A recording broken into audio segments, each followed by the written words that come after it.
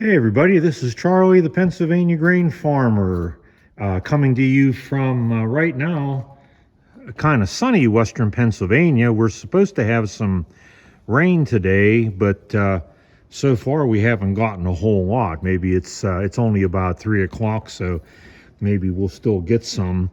But in any event, this is Saturday, February the 10th. And I'm up here at the red shed. I haven't done a lot of videos lately because, first of all, I had been recovering from the surgeries that I had back in December, and I was just at the one of the surgeon's offices yesterday for my final post-op visit, and the surgeon is really pleased with my progress and how things healed up. So I've been completely released, and now I'm able to do pretty much anything again, anything that I could do before. So I guess you'd say I'm fully recovered, and I'm happy about that. But this time of year, there's not a lot going on other than maintenance. However, I do anticipate being able to do videos a little bit more often now, just because there are going to be some things coming up that I do want to document for you in my farming journey. Now, one of those I'm going to do today. This video is going to deal with the weights that I bought. If you remember my last video, I took a trip to Gettysburg where I bought for either a 3-digit like my Oliver 770 or a super series like my Super 88. I was able to find not one but 2 sets of base weights and the individual stack weights that go on top. So I was working to get them installed, and I also bought some 3 sets or 6 rear weights from the same guy, obviously, which are made for the rear of the tractor. So I've been working on getting some of that stuff installed. As you can see here on my 770, this was a tractor that I was most concerned about getting weight on, because I'm planning to use this as my baling tractor now to replace the 77, because it's got more horsepower, and now it's going to have more weight. And some of the places I have to bale are a little bit hilly, especially if I bale second and third cut hay over quarries. There's really a couple very steep places over there, and I don't want this my baling tractor to be struggling with it. And I also don't want to, as they say, use a sledgehammer to drive a nail. So I don't want to have to be out there trying to bale with my my white 2110 just because of its size and weight. So I thought, well, I'll get this 770, weighted down good enough so that I'll have good traction, and it'll also hold the front end down. So the rear weights on this one are done. And as you can see, I have 3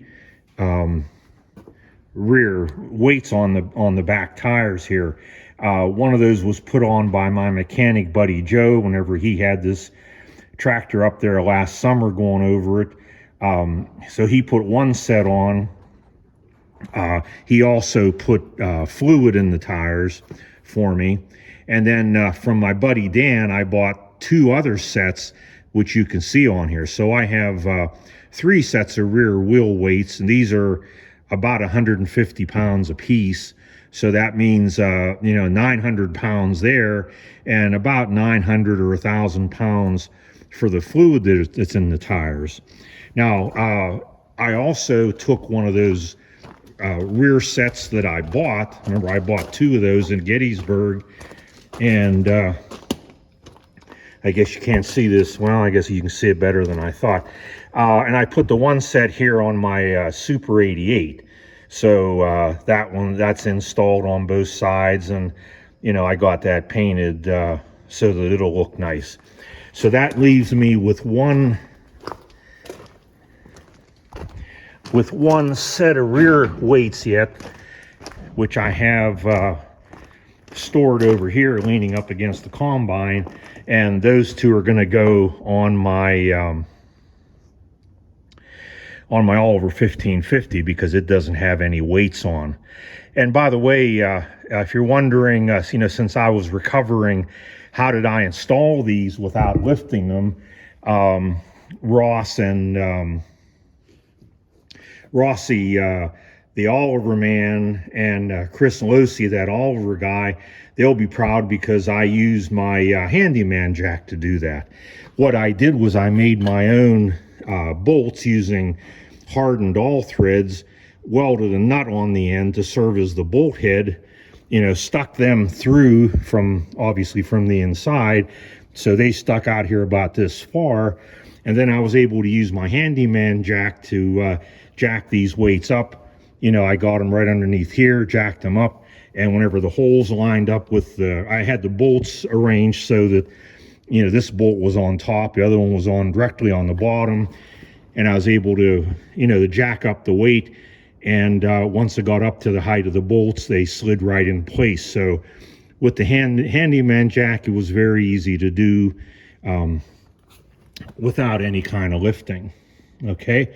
So other than that set, I have the rear weights all installed. Now, as far as the front weights go, as you can see, I have the base weight here on my my 770. Now, this just happened a couple days ago. My buddy Dan came up and gave me a hand with it, primarily because we had some broken bolts. This tractor, before this weight was on it, had this bracket bolted on the front, and I guess that was used probably to hook up a push bar for pushing wagons of hay up on the barn, which is kind of handy, but I had to remove it in order to put this weight on the front. Now, this is an example of let me get it arranged here, of the bolt that was holding that bracket on. And you can see it's in two pieces because in both cases, I ended up breaking them off when I was trying to unbolt them from the tractor because they were seized in there. And you can see here, they were seized in there about probably about an inch or so. Okay. So, I had never done much with, seized bolts like that. So my buddy Dan came up. I didn't have the right size easy out either. He had a couple bigger sets. So what we did was we drilled the piece of bolt that was in that, and that's a cast frame, by the way. We drilled a hole through, starting with a narrow diameter hole and working up to a bigger hole like this. And then once we got the holes drilled through, then we heated them up with a torch a couple times, heated them, let them cool, heated them, let them cool, and then we were able to use an easy out. Now, if that hadn't worked, the next thing that we would have tried, which was recommended by my mechanic friend Joe, was to do the heating process with the torch, and then to throw cold water on it immediately.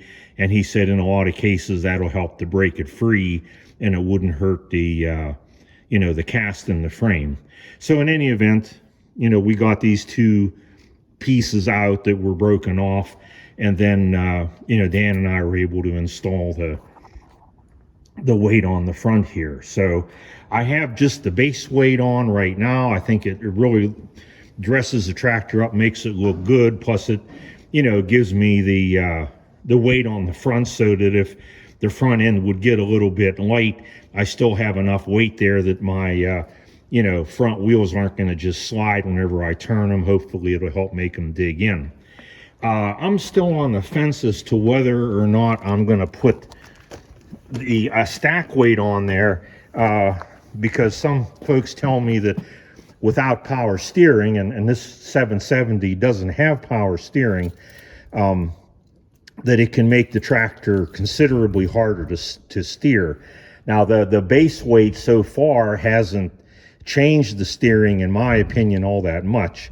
So I may just get a hair up my ass here sometime and, decide to, to go ahead and put that stack weight on there. But if nothing else, I'll at least paint these two stack weights, clean them up with a wheel brush and prime them and paint them, and I'll store them, till some time that I do need them. But I am kind of leaning right now towards maybe still putting them on. That other front weight went on my Super 88, but we didn't have any problems with this one because all 4 bolt holes were open. There wasn't anything bolted to the front of this one, so we didn't have any problem with C's bolts. And again, I may end up throwing the other stack weight on here yet.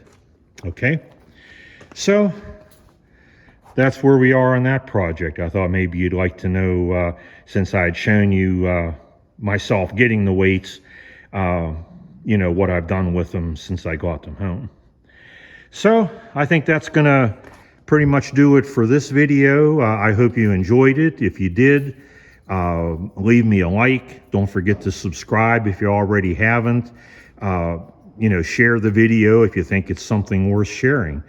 And at this point, this is Charlie, the Pennsylvania grain farmer, saying, see you next time.